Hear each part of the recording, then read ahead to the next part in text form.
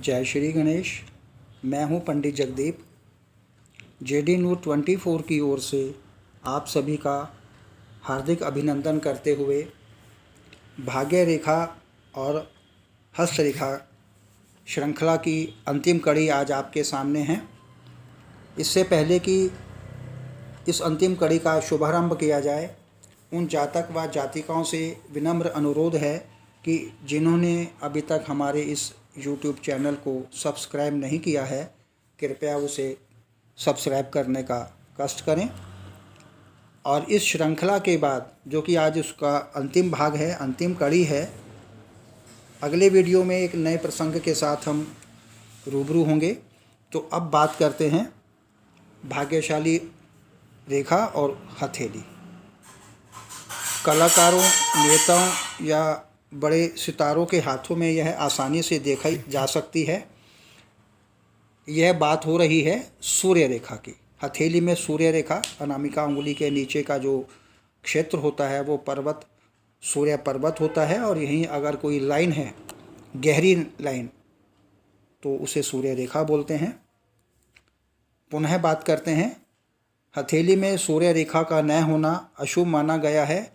यह भी जरूरी नहीं है कि यह यश सभी को हासिल हो, लेकिन कुछ हाथों में यह रेखा होती ही नहीं। इससे यह भी पता चलता है कि जातक किस क्षेत्र में जाएगा और उसकी नौकरी किस क्षेत्र में लगेगी। जिन लोगों के हाथों में सूर्य रेखा नहीं हो, उन्हें सूर्य देव की उपासना करना बहुत ज़रूरी होता है और उन्हें प्रातःकाल जल अर्पित करना चाहिए। इसके अतिरिक्त शिवलिंग पर जल अर्पित करने और पीली वस्तुओं का दान करने से जातक को लाभ हो सकता है।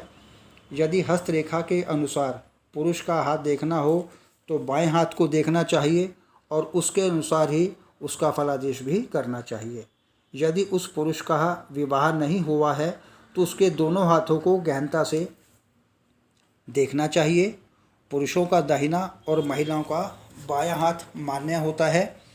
जैसे कि जन्म कुंडली में नवांश जीवन साथी के बारे में देखा जाता है, उसी प्रकार जातक के साथी के लिए देख रहे हैं तो उसका बायां हाथ भी देखना चाहिए। इसी से इसका ज्ञान हो जाता है कि उसके साथ वैवाहिक सूत्र में बंधने वाला साथी किस प्रकार का है, उसका स्वभाव कैसा है। बहुत सारी ऐसी बातें हैं जो हथेली के अवलोकन से पता लग जाती हैं। इस प्रकार से जाना जा सकता है कि जातक का हमेशा दायां हाथ ही देखना चाहिए। दाएं हाथ के अवलोकन के बाद ही पुरुष का फलादेश करना चाहिए। हस्त विज्ञान के माध्यम से यह बात पुरुष के लिए भी है। किसी युवती के हाथ की रेखा यदि हस्त रेखा के माध्यम से देखी जा रही है तो हमेशा उसका बाएं हाथ की रेखाएं ही देखी जानी चाहिए। इससे उसके विषय में ज्ञान हो जाता है कि उसका आने वाला जीवन साथी और उसका वैवाहिक जीवन किस प्रकार रहेगा।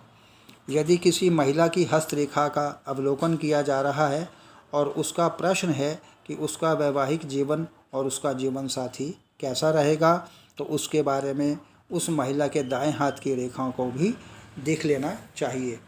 हस्तरेखा ज्ञान के माध्यम से मुख्य रेखाएं हैं जीवन रेखा, विवाहक रेखा, भाग्य रेखा, संतान रेखा, मणिबद्ध रेखा, हृदय रेखा, संतान रेखा के बाद मस्तिष्क रेखा और सूर्य रेखा।